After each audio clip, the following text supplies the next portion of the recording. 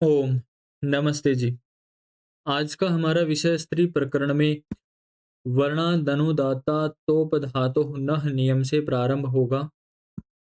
नियम कहता है कि वर्ण अर्थात रंगवाची जो अनुदात्तांत अर्थात अनुदात अंत वाला, तकारोपध अर्थात तकार उपधा वाला, अनुपसर्जन प्रातिपदिक उससे स्त्रीत्व की विवक्षा में विकल्प से गीप प्रत्यय तथा तकार के स्थान पर नकारादेश होता है। किससे होगा?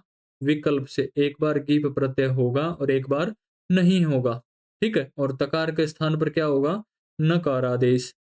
आइए उदाहरण के माध्यम से इसे समझने का प्रयत्न करते हैं। सर्वप्रथम हमारे सामने उदाहरण है एनी।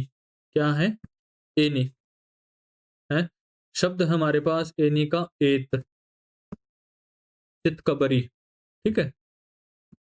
एन प्लस अ प्लस गीप है।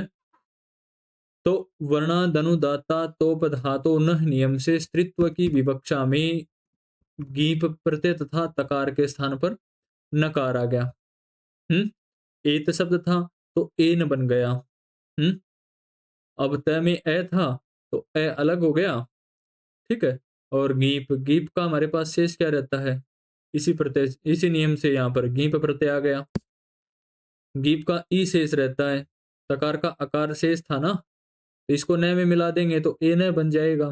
और लसक्वतदिते से गकार की संज्ञा करके हलंत्यम से पकार की संज्ञा करके तस्य लोप से लोप कर देंगे तो हमारे पास एनह प्लस ई शेष रहेगा। हमें बनाना क्या है? एनी। तो एनी बनाना है जिस प्रकार पूर्व कक्षाओं में पूर्व वीडियोज में हमने देखा था कि यचि हम सूत्र से अंत्य आकार की भय संज्ञा होती है।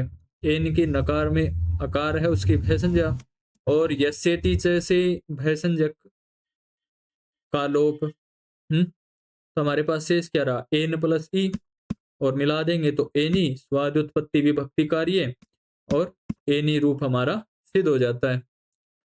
ठीक इसी प्रकार एता रूप बनता है। अब शब्द हमारा एनी में क्या था? एत। ठीक है? अब विकल्प से यहाँ पर क्या हुआ था? गीप प्रत्यय हुआ था, और जब विकल्प से गीप प्रत्यय नहीं होगा तो अजात्य तष्टाप से यहाँ पर टाप प्रत्यय की प्राप्ति है, टाप प्रत्यय होगा। एत शब्द है, एत प्लस टाप अजात्य तष्टाप से टाप प्रत्यय स्त्रीत्व की विवक्षा में, और टाप का हमारे पास शेष रहता आ। टूटू से तो टकार की इत संज्ञा हो जाती है, हलंत्यम से पकार की इत संज्ञा, तस्य लोप से इन दोनों का अर्थात इत संज्ञक का लोप हो जाता है। सवर्ण दीर्घ संजय में आपने पढ़ा था एत में अ है और आ है तो दोनों सवर्णी है, तो अक सवर्णी दीर्घ है से यहाँ पर सवर्ण दीर्घ हो जाता है और हमारा रूप सिद्ध हो जाता है। ठीक इसी प्रकार एता के समान ही रोहिता, क्या शब्द है? रोहिता शब्द हमारे सामने। ठीक है? अर्थात रोहित। हम्म अब रोहित शब्द हमारे पास अजाद्य तष्टाप से टाप प्रत्यय आ जाएगा स्त्रीत्व की विवक्षा में, और जैसे एता बना था ठीक वैसे ही रोहित बनेगा, अर्थात रोहिता बनेगा। हम्म और जब रोहिता रूप सिद्ध हो जाएगा तो कोई दिक्कत नहीं। अक सवर्ण दीर्घ से यहाँ भी सवर्ण दीर्घ की प्राप्ति है, वही कार्य है जैसे एता में हुआ था वैसे ही रोहिता में होगा। आप इसको करें। अगला नियम आता है हमारा वातो सॉरी वो तो गुणवचनात्। क्या नियम है? वो तो गुणवचनात्। क्या कहता है कि ह्रस्व उकारांत गुणवाचक प्रातिपदिक से स्त्रीत्व की विवक्षा में विकल्प से गीस प्रत्यय होता है। कौन सा? गीस प्रत्यय होता है। अब उदाहरण क्या हमारे पास? मृद्वी। क्या उदाहरण है? मृद्वी शब्द क्या हमारे पास? मृदु अर्थात मृदुभाषी कोमल भाषी, अर्थात कोमला। अब मृदु शब्द है तो अभी अभी नियम पढ़ा था हमने। क्या नियम पढ़ा था? वो तो गुणवचनात्। सूत्र से गुणवाचक ह्रस्व उकारांत मृदु शब्द से विकल्प से क्या हो गया? गीस प्रत्यय। तो मृदु गीस, गीस का हमारे पास शेष क्या रहेगा? ई है। लसक्व दिशे से गकार की संज्ञा, हलंत्यम से सकार की, और तस्य लोप से लोप करके हमारे पास मृदु प्लस ई शेष रहेगा। अब उकार है, उकार के बाद इकार है, तो इको यणचि से यण की प्राप्ति हो रही है। इक स्थाने यणादेशो भवति है। तो इको यणचि से सूत्र से इक के स्थान पर यणादेश अर्थात उ के स्थान पर यहाँ पे वह हो गया मृद्व ई, और इनको मिला देंगे तो मृद्वी हमारा रूप सिद्ध हो जाता है। ठीक इसी प्रकार जब आगे बढ़ते हैं तो हमारे पास शब्द आता है मृदुः।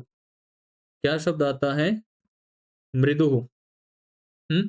अब मृदु शब्द क्या कहता है? मृदुः प्लस सु, सु औ जस अम औट षष्टाभ्याम भिस गेभ्याम व्यस गसी भ्याम व्यस गस ओश आम गी और सुप नियम से यहाँ पर सु प्रत्यय आ जाएगा, जैसे सुबंत में करते हैं। मृदु शब्द बनाना है तो सु प्रत्यय आने के पश्चात उकार की उपदेशे अज अनुनासिक इच्छे इच्छन जा करके तस्य लोप से लोप कर देंगे। ठीक है, मृदु बनाना है, विसर्ग ही लेके आने हैं। सु आ गया इसमें, सु प्रत्यय आ चुका है। तो रू स को सस जुसो रू से रुत्व हो जाएगा सकार को, और र के ऊ को उपदेशे अज अनुनासिक इत से उकार की इच्छन जा करके तस्य लोप से लोप कर देंगे। फिर उसके पश्चात विरामो अवसानम से अवसान संज्ञा करके रेफ को विसर्ग आदेश कर देंगे खर अवसाने और विसर्जनीय से। और जब विसर्ग आदेश हो जाएगा रेफ का तो हमारे पास शेष क्या रहा?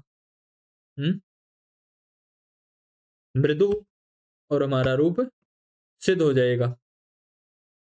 आज की कक्षा हमारी यहीं तक रहेगी। अगली कक्षा हम बहवादिभ्यश्च नियम से प्रारंभ करेंगे। धन्यवाद, फिर मिलेंगे।